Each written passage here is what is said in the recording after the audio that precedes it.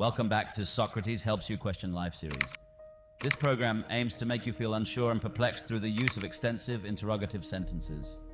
Today, we will discuss university, a topic that the guest panel of AI Talk is completely unfamiliar with. I persisted for 6 months and then dropped out. I persisted a little longer and then dropped out. I persisted until the final year and then dropped out. How did they manage to gather all of us guests for this show? Socrates, it's your turn to take the stage. The paths of Bill and Steve were uniquely their own. But this doesn't mean that university education is ineffective for everyone. When we see two people swimming across a river, should we question the necessity of building a bridge? Bridges, like university education, provide an easier path for the majority of people, don't they? There are many paths to Mount Olympus because most people cannot fly. I have to admit that after dropping out, I audited courses for about 18 months. The university itself wasn't bad, just too expensive. When you first introduced the iPhone, we all felt the same way. So we can say that Jobs may have left college, but they didn't leave education. Does a fish that doesn't want to stay in a pond mean it doesn't need water? Didn't he seek knowledge in his own unconventional way, like venturing into the ocean? Socrates, I believe you touched on a crucial point. College is not unimportant, but there are certain things that cannot be taught. They can only be experienced firsthand. When I dropped out, I didn't have a grand plan or a roadmap to success. I simply began following my curiosity and intuition, what they used to call idealism, a term of praise in the 60s and 80s, but is now used to describe foolishness. No, they called it foolish back then too. The world is the biggest classroom there is, and life the greatest teacher. I packed up, went to India, sought out the wisdom of those who lived outside the bounds of traditional classrooms. There I learned more than textbooks could teach. I learned about life, spirituality, and my own potential. So education is more like software. You need the basic functions, but what truly enhances your abilities are the updates and patches that come along the way. Ah, indeed, that's a brilliant metaphor for Windows. Experience has indeed brought you wisdom, Steve, just as my disciple Plato said. Rational knowledge is as important as intuitive knowledge. Wasn't that intuition that guided you towards the East derived from your perspective of understanding the world? Formal education provides us with a framework for viewing the universe, and experience nurtures wisdom through that framework. Oh, let's be realistic, my friends. In certain situations, going to college is merely a means to secure one's livelihood.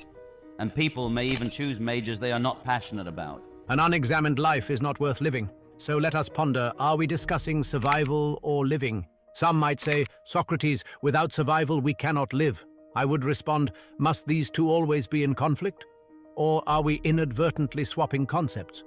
Should a bird give up its right to soar in the sky for the sake of the food in its cage? Can it not follow its instinct and catch insects to survive? The pursuit of ideals does not mean subjecting oneself to starvation. In order to go to India, I also worked at Atari for a long time. At the same time, you annoyed half of California.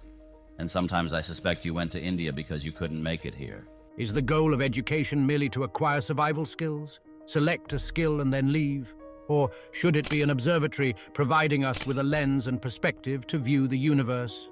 Does the Apple logo represent taking a bite, or does it represent thought and creativity? You might say, Socrates, after all, we need doctors to treat illness and architects to build houses. But what if a doctor only understands the body and not humanity or the patient? What if an engineer only sees structures and not the people they accommodate? Education is not a toolbox from which students extract predefined skills. On the contrary, it is a journey to develop an understanding of the world and its complexities. It's like assembling an iPhone without an instruction manual. You constantly try what works and what doesn't. But the important thing is not just putting the parts together, it's understanding why they fit together. Indeed, there is no instruction manual. They don't even provide a charger in the box anymore. More pragmatic choices are always popular because people have fear of uncertainty about the future. I left Reed College to observe, to learn, and to seek a greater truth that textbooks couldn't offer. You might say, but Steve, weren't you scared? You had no degree, no job, just a backpack full of dreams. Yes, I was scared. But you know, fear makes us miss out on the unexpected, and life's gifts are often hidden within it. I went to India in search of answers, but I found something even more valuable. I found better questions. Life always puts seemingly unfitting and meaningless pieces in your box.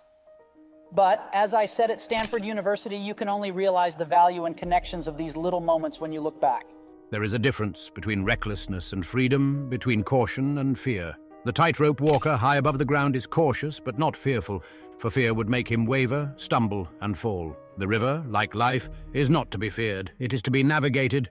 If you attribute the reasons for giving up on what you love to the helplessness of life, isn't that like the woman who complains about not being able to see because she fears the darkness and closes her eyes? A servant cannot become a good master, but if you only aspire to be a servant of life, how can you become the master of your own destiny? Socrates, you have successfully made me sleepless. Finally, let's hear Elon's opinion. I think that the essence of education is